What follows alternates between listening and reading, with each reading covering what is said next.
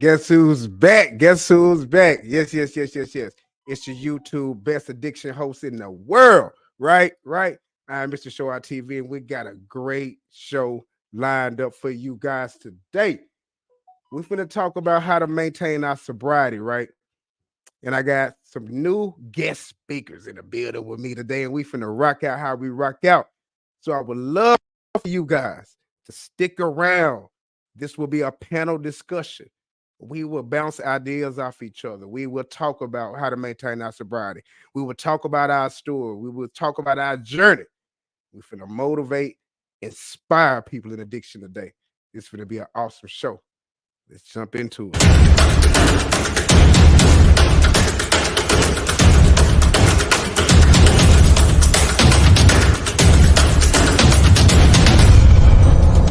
And he was going there and just a nightmare, disrupting everything, yelling, crying, all kinds of stuff, running out to the car. So if this is y'all first time to the channel, I would love for you all to go watch the recent interviews or the latest videos we did back in the day with Richie also. What's up, bro? Yo, what's up? I can't call it, man. It's another beautiful day. I have a way of navigating my way through triggers, but in the process of recovery, I've picked up a lot of tools, and I've latched on and jumped in the back pockets of people with more experience in recovery. And when I have those triggers, I pick up tools. Now, this is Mr. Show Out TV, my podcast, where we talk about addiction, but we try to come up with solutions. We try to come up with ways that we can actually help people that is battling addiction.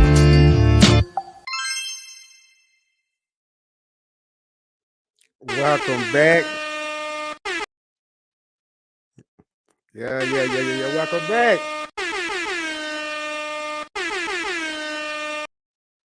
Oh, I got a great show lined up for you guys today. We're going to talk about how to maintain our sobriety, right? And for all you guys who do not know, if this is your first time to the channel, I am Mr. Show Out TV. I'm a person in long-term recovery, and alcohol was my drug of choice. I had to make a better way for myself. I had to get things together, right? Right?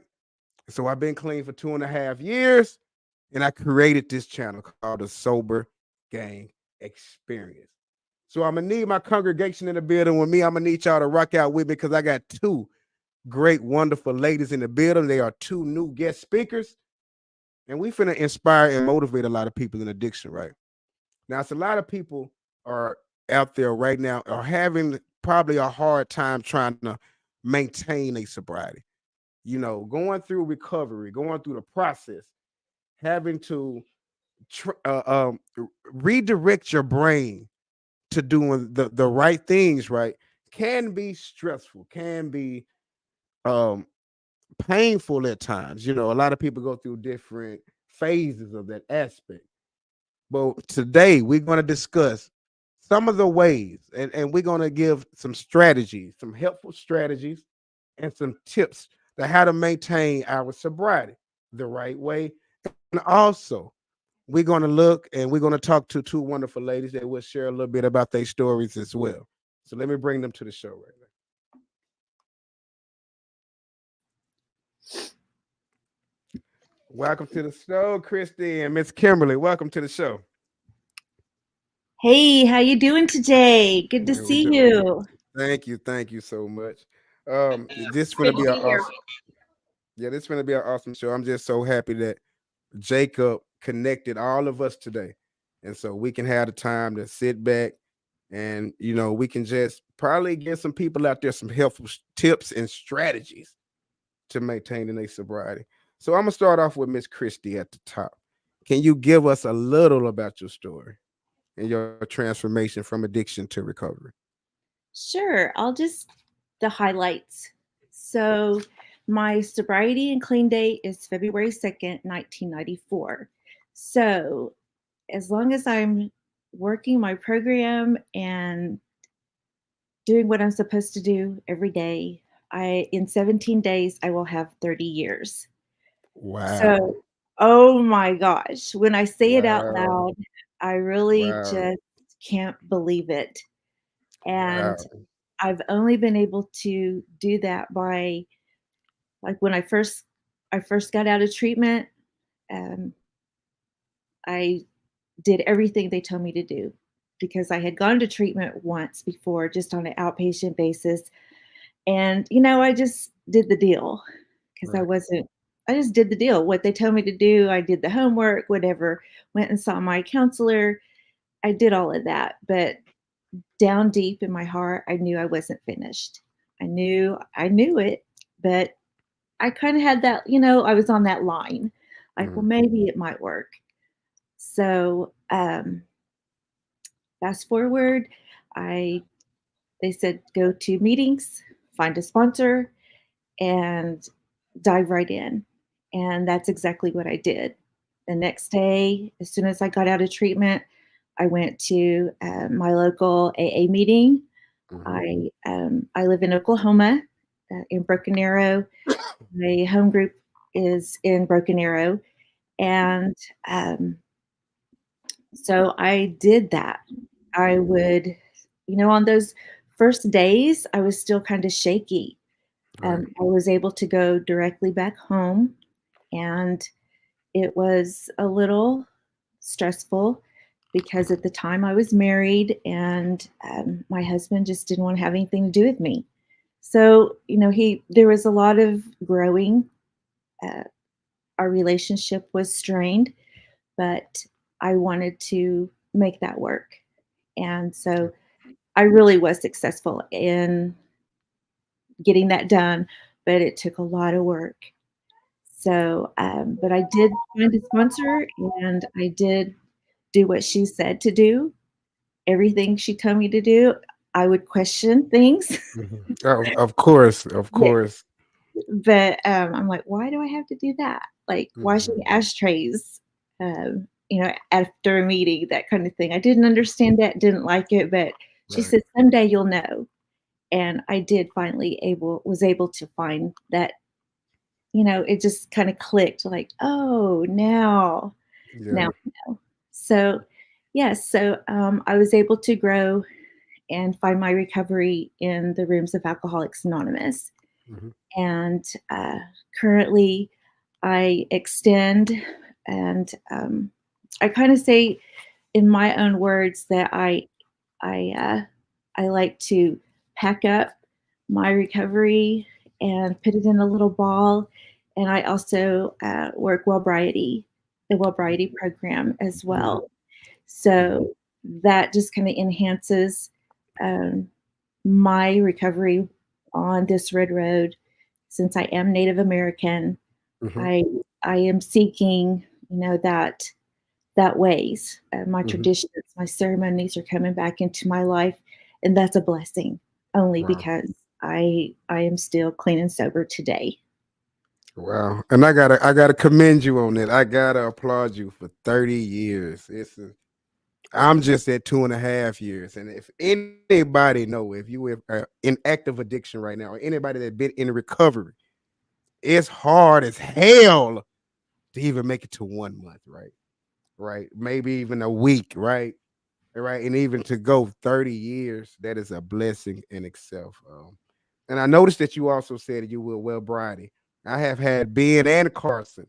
I interviewed them both. They got their interviews on this channel as well. So whenever you ladies, whenever we finish this broadcast, I would love for you guys to go check those out. Cause me, Ben and Carson, we connected and we got a nice relationship where we talk about each other about um, the aspects of recovery.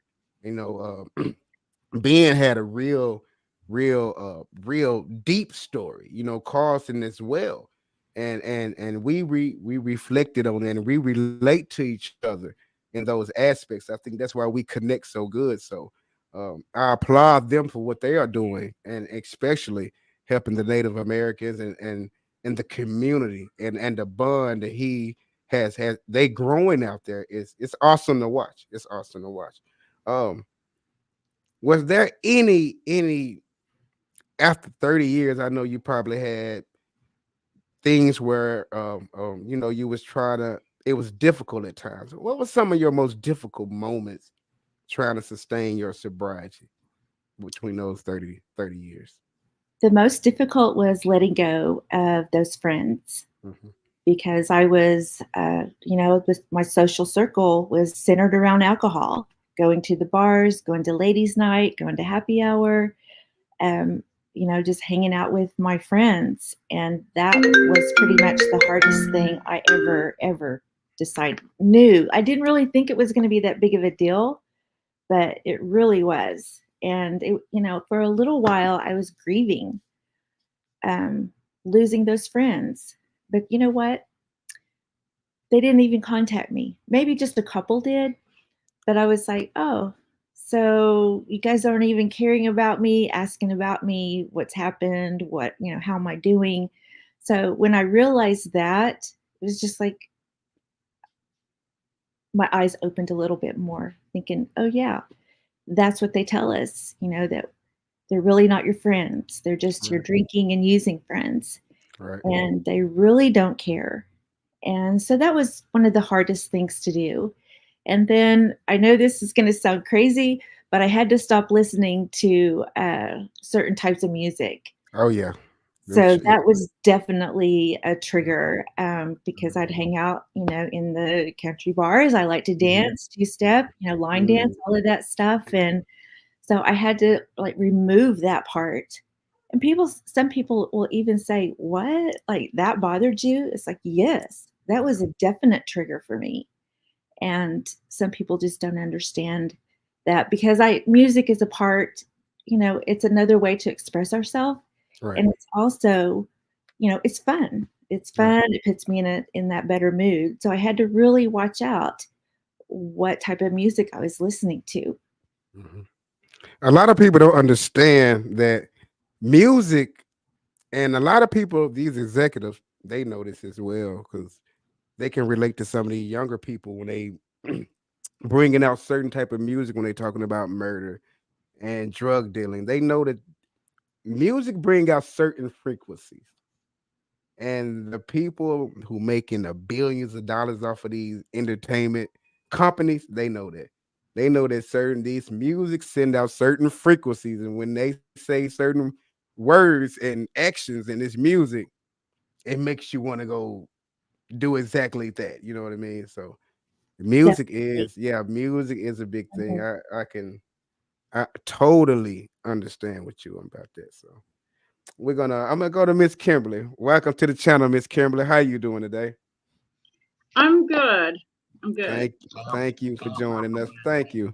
Um, I would like to Thank you for start off having with me. I would like to start off and just ask a few questions. Your journey in recovery. Can you tell us just a little bit about it? My journey in recovery. Mhm. Just a little bit about your story. Well, I've been on a journey for about 11 years. And it was after and my boyfriend OD'd on me.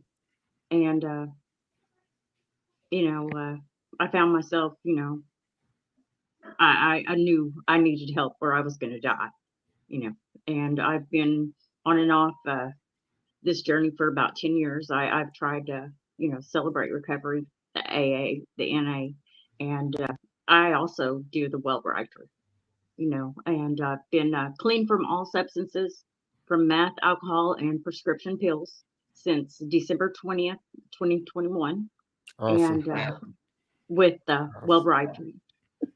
And Mhm. I also do adult children of alcoholics and dysfunctional families. I also do that. And so those two together help me heal the inner child and, help me stay sober. Absolutely. Absolutely. So we are talking about how do we going to maintain our sobriety. And I have a couple questions I would love to ask you. The both of you guys today. What are some of the effective strategies for maintaining cravings or triggers? What's some of your? I'm gonna start off with Christy. I'm gonna repeat the question again. What are some of the effective strategies for maintaining cravings and triggers? So, out of your 30 years, well, what kind of strategies do you use if somebody out there wondering right now?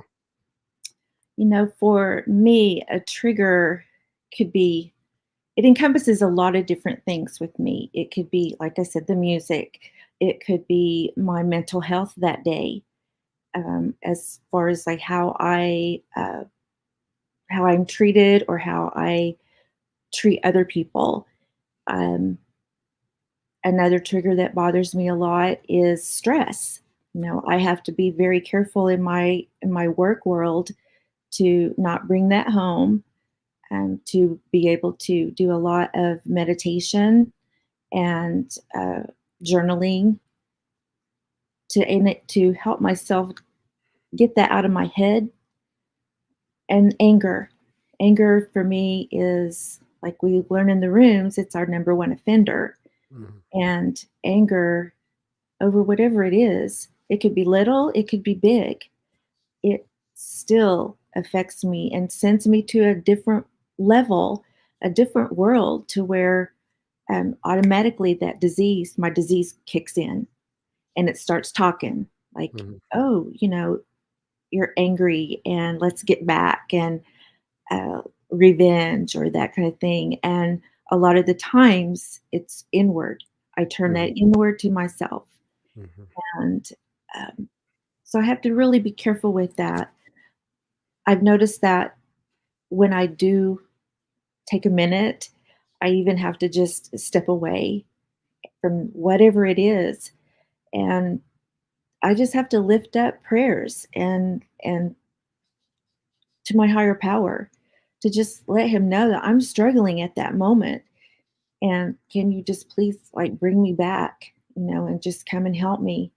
And it usually works, sometimes not right away, but just knowing and identifying that my disease is talking to me, Yeah. really the biggest thing for me that I have noticed in my sobriety walk. And that's pretty much, I try to stay away from, the negative people, Mhm. negative thoughts.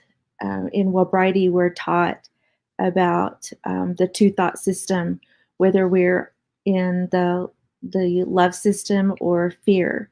And sometimes it's a struggle with when you are trying to connect with someone at work, Mhm. or just our personalities are not on the same, we don't agree, or whatever it may be. um, just trying to bring back myself to just be positive. Right. And Sobriety, we call that being a positive warrior. Absolutely, because a lot of people, a lot of time, a lot of triggers that a lot of us go through can stem from relationships, and also, like you said, stress, being stressed out, being angry, getting into an emotional fight with your boyfriend, or your husband, or your spouse. A lot of times, those can ignite some in our brain, right? Where we can, that's where we lash out at you. The first thing that we want to do is respond to, um, going back out there and using again. They feel like that bring us comfort. Um, so I can totally agree with you on that. So that's one of the things that, because I know that's for sure. Being stressed out, work related, relationships, anger. Yeah, yeah, you nailed it on the head at all, on all aspects of that. So I'm gonna ask Miss Kimberly the same thing. What are some effective strategies for maintaining cravings and triggers? With me, it's of course prayer. I go to prayer first thing. I pray about everything. But with me, I get outside the house and I get out into nature. I have to, you know, whenever my emotions are getting to me and they're triggering me to want to use something to not feel those emotions. I get outside and I go out in nature, and Absolutely. that's how I deal with it. Um, and then, of course, there's, other people. If I'm, if that doesn't work, then I reach out. I ask for help. Used to, I wouldn't talk. Growing up, in Oklahoma, grandma told us, Indians don't talk. And so we don't ask for help and we don't tell people our problems. So, that's the way I was raised. I never spoke about my issues or my problems. Today, I will reach out for help and I will tell someone I'm having a issue or I'm having a problem with this and I'll get, some help from someone else. Right. 'Cause a lot of times we keep this inside. A lot. I used to do that a lot myself. I wouldn't tell nobody. I tried to mask it a lot of times, and masking it only just make it worse, right? Because you dive deep into other things, and then as time prevails, at times move on, you just notice that yourself getting deeper and deeper into it. So, um, I found that one of the best solutions is to talk about it. To talk about it, talk about what's going on. Even if you're talking to your sponsor, your NA, your AA sponsors, just communicating with somebody, let somebody else know, because a lot of time we think that we can take over and do this stuff on our own. And recovery, you really need a well balanced of people, good positive people, a support system that can help you in the process as well. So I totally agree. Totally. I got a few more questions. Um, how can I find and build a strong support system to help me stay sober? And I'm gonna start off at the top, Miss Christie. How can someone out there that is watching right now find a support system that can help them? Well, for me and for a lot of people that I know, you have to get into the rooms of whatever 12-step program that you need. Or sometimes you might have to go a couple different meetings or more to find the people that you connect with. You have for me, I had to be with those people. I had to be around like-minded people who knew what it took to stay sober because they were happy. I mean, they were just like floating on air and they had springs in their steps. And I wanted that. At first, the few times, I was just like looking at them like, okay, these people are what's up? Is this some kind of crazy cult? What is this? Right. But once I just kept going and, we'll tell you, keep coming back. And I did the, 90 meetings in 90 days. I just kept going back every day. I almost did 180 meetings in 90 days because that's how sick I was. That was my desire to stay sober that day. And it was rough, like we were talking about earlier. The first few months, it's not easy. But once you make those friends and find someone on the same level as you, the women, especially for me, I mean, I have to say it, women are strong. Right. And Absolutely. not that guys are not, but women, when we get together, we are so encouraging to each other and we build each other up. And those women's meetings, just where it's just all women, that helped me the most. Also, not only did we, have that relationship in the rooms, but we also would do fun things outside of the rooms. So I had that social circle growing again, like I used to have, which is what I craved. I needed that. I needed to be around these people. I would learn something every day.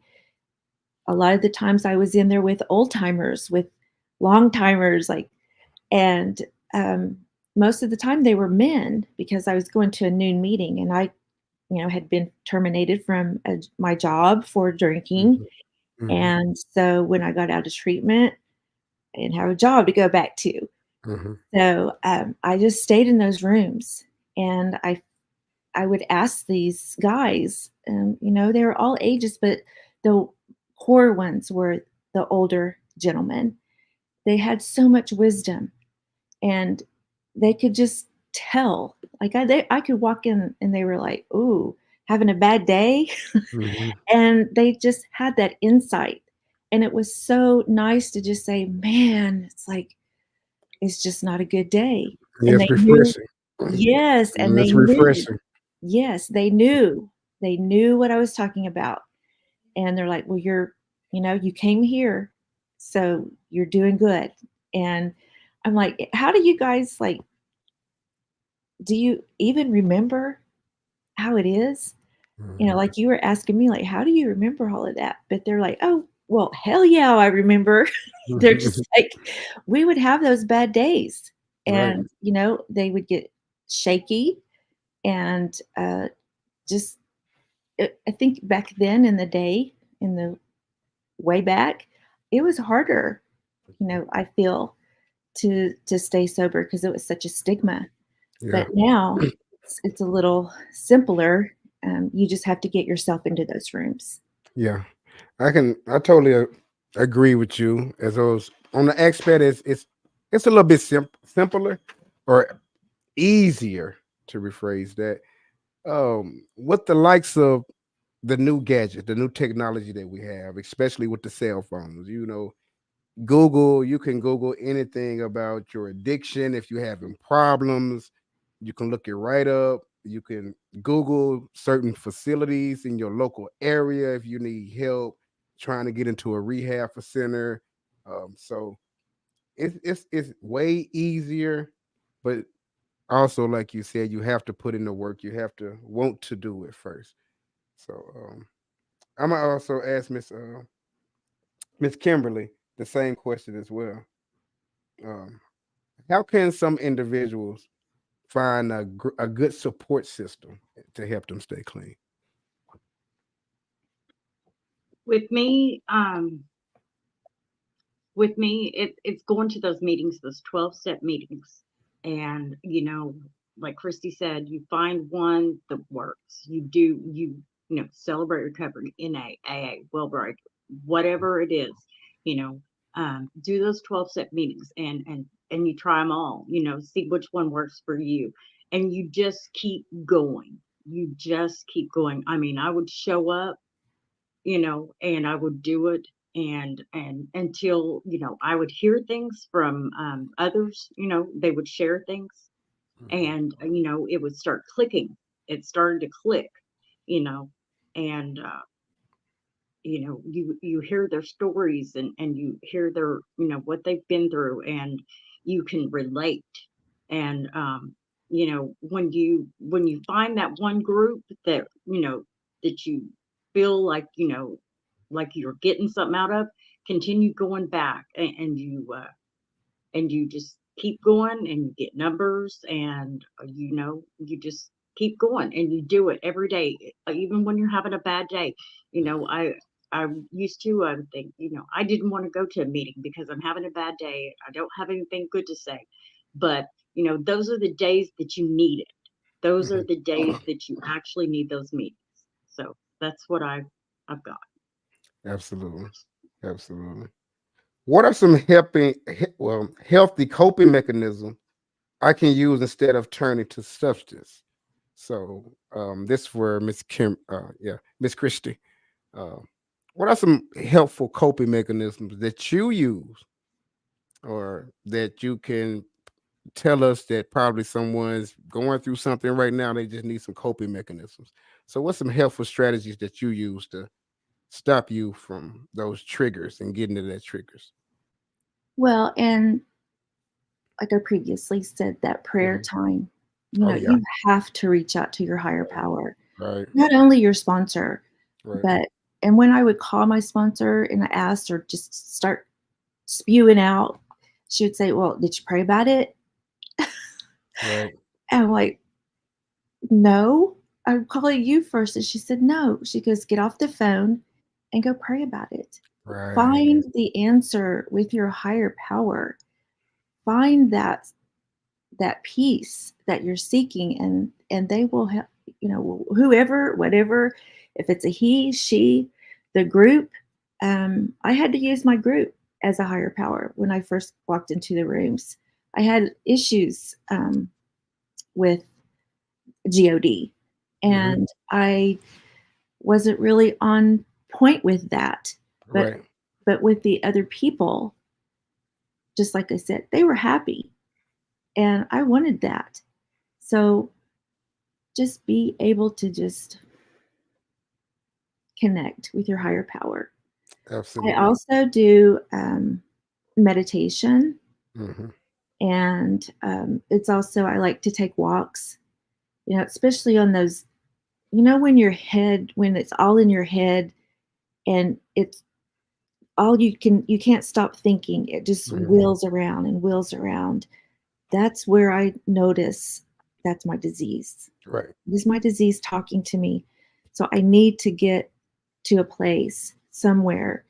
Um, take a walk, go work Yeah. out, um, do the meditation, do yoga. Yoga is extremely helpful. Yeah. And it's not embarrassing for guys to do yoga. So, Mhm. Hey, that's stretching. That's stretching. I yes. need to stretch. You're right. You're right. That's it. You know what? A lot of people say that that relieves a lot of stress too. So see, and it's one on one. You're by yourself some of the time, and you can actually think while you're doing it. So I can see why that could be helpful. Yes. I can see. And journaling. And Mhm. I know that a lot of people don't like to journal, but you have to be able to learn how to write those feelings down, put Right. them on paper, and make it a ritual. Like I have journals that I like to pick up in the evening, not right before bed, but in the evening when I'm just, kind of chilling, and I'll write things down because it gets all of that out of my head and I can rest better. Mhm. And then it's like it leaves my thoughts because it's on paper. And um, make it, for me, I have to, like, light candles, just be Mhm. in a place by myself, just where it's less stressful, less noisy, because I need to replace those negative thoughts, Mhm. and I need to get those negative thoughts out of my head.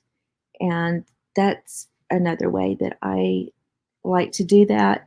And then also, um, another thing too is, I know for me, I needed a mental health professional in my life. Right. So not only did I have someone in the rooms to help me, these women, a sponsor, but I also had a professional to help me as well. Right. As well. Yeah. Hmm. So that's very important. That's very important because we have to get our mental right. If you don't, yeah, the AA meetings and everything, yeah, they help out and they are big and they are essential to your recovery. But also the mental health aspect of it is very, very, very important. So we got to maintain, we got to make sure that we cover that step as well. So okay, I'm gonna ask Miss Kimberly, what roles does self-care play in maintaining sobriety? And how can I prioritize it in my life? With me, I think something that I've learned from Wellbrighty is it's emotionally, mentally, spiritually, and physically. You know, we've got to keep balance. We've got to keep ourselves balanced, and in all those areas. And you know mentally, I too, see a therapist. I have Hmm. to, have my mental, but I also, I have a, like a spiritual, I do meditate, and I do, my spirituality, which is, my Native American spirituality. Hmm. And, then I do my recovery, I do that.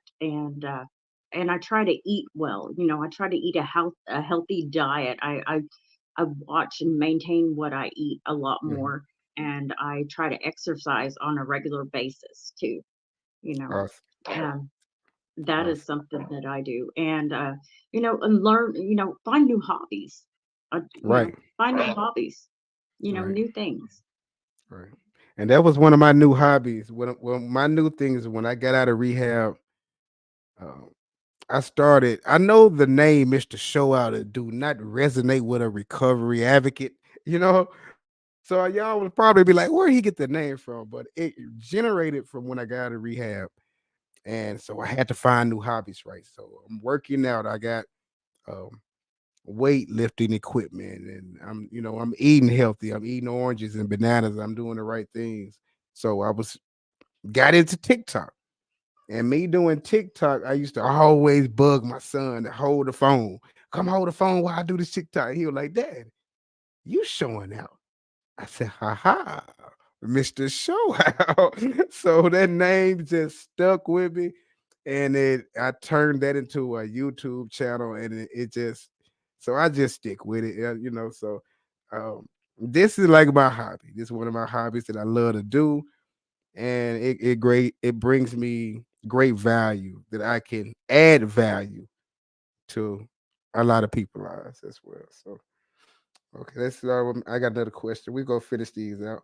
What are some of the warning signs of relapse, and how can I create a plan to address them, Miss Christie?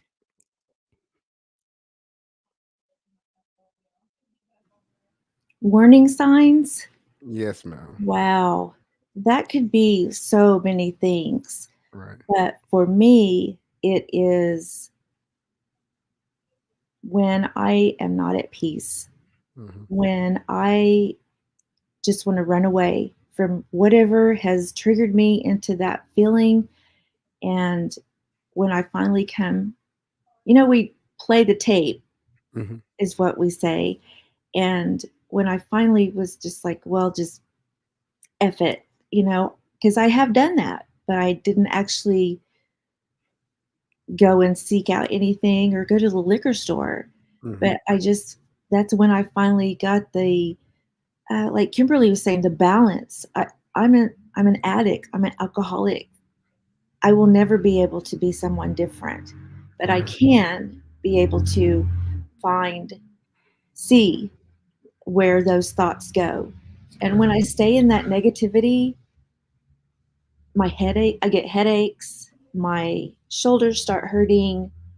Um, I just, I'm mad at the world. I Mhm. just get an attitude. Um, those attitudes we get, Yeah, of you course. know, that we're just all that in a bag of chips is what, Yeah, just yeah, yeah. and, or when someone brings it to my attention, wow, they'll say It's- that. And I'm just like, yeah, what? But yeah, that is definitely the warning sign is when my personality goes into that, the old Christy. right. And Like from a 0 to 100 real quick. for real, it does. Really Yeah, does. yeah, And I'm amazed at how quickly it can get there yeah. because I feel like, hey, I feel like I'm pretty grounded in recovery, but yet it still happens. And so I just those warning signs of it's physical for me. It's headaches and my attitude, that mental part of it too. And I also see when I'm attacking people or when I get judgmental. Mhm. Ooh, that is when I know, okay, Yeah, this you is in not. your beast mode. Yes, definitely. In Um, that beast mode. Hmm. yes. And or Hmm. if I want to be in control of whatever it is, if it's in um, a committee or um, something to do with, my kids or whatever, I just crave that control. And that is not good for me because I start getting, like I said, my Hmm. ego steps in, Hmm. and definitely that is not a good thing for me. Right. Absolutely. So Miss, those are my warning signs, definitely. thank you. Thank you. Miss Kimberly, number 7. How can I establish a healthy routine and habits that support my recovery journey? stability. I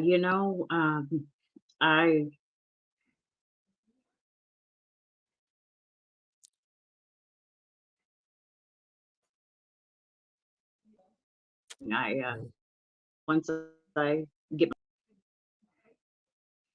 before then. Okay. But I do my prayer and my meditation, Mm-hmm. and that's how I start my day. And then after that, I do other things. I have different, sometimes different days, different groups, um, in the morning, and then every evening I pretty much do a group. Right. It's So and I don't miss unless I'm sick. it's like a I have a routine. Yes, I have a routine. routine. And I Mhm. keep that. And my children even know my routine.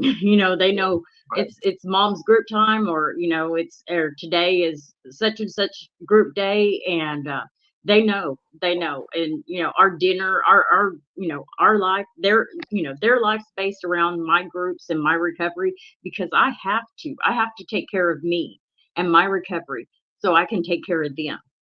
Absolutely. Absolutely. Great, great. Miss Christine, how can I handle setbacks and challenges without turning to substance? Setbacks. Oh, you know, I think just recognizing that setbacks for me, when I'm thinking setbacks, I'm thinking like, you're having difficulty in your job, Mm. um, you're you're suffering with your mental health. Um, you just cannot get to a place where you feel comfortable wherever you're at. A lot of us have anxiety, um, in addition to depression and things like that. So when you realize you're feeling like that, the setbacks for me that I have had, I go and ask for help. I'll call a sponsor and touch base with them, and they'll go, well, maybe it's time for you to go see your therapist again, or do you need to work on your step work, that kind of thing. Do you need to um, take a break from your family? Do you need a vacation? That kind of thing is when you realize it is the first thing. And some people, it takes longer for them to realize that. And then you're just in pain. Right. And then that negativity just grows and grows, and just it rolls down that hill. And so yeah, this just asking and reaching out for help is so hard for a lot of us. But once you start doing it and you get more comfortable with it, or you just realize, hey, I'm not doing well, then with this or whatever the situation is, either whether it's social stress or um, friendships, like we were talking about relationships, Mm-hmm. um, just the normal things, the pressures that we have living day to day. And it's hard. It's hard Yeah, some days, it's but really just knowing that, you woke up clean and sober that day, you might be having a little setback, you might be feeling some kind of way, but in your mind, you really do know what a solution is. And that is to, first of all, just to reach out to someone, or go do what you have to do with your meditations, or, your sponsors. My sponsor saved my life. She really did. I I had a whole new change of life with that woman, and I really do owe her my life, because I never would reach out, because I didn't need help. I can right. do this, We but always, yeah. That's what we yes, say. That's what we say. I got this. I can hmm do this. Yeah. yes. Mhm. Okay, get down to the nitty gritty, down to the last question before I let you lovely ladies go. Um, this will be going to Miss Kimberly. What resources and tools are available to help and maintain my sobriety long term? What resources? Yeah. What Um, resources and tools are available to help me maintain my sobriety long term?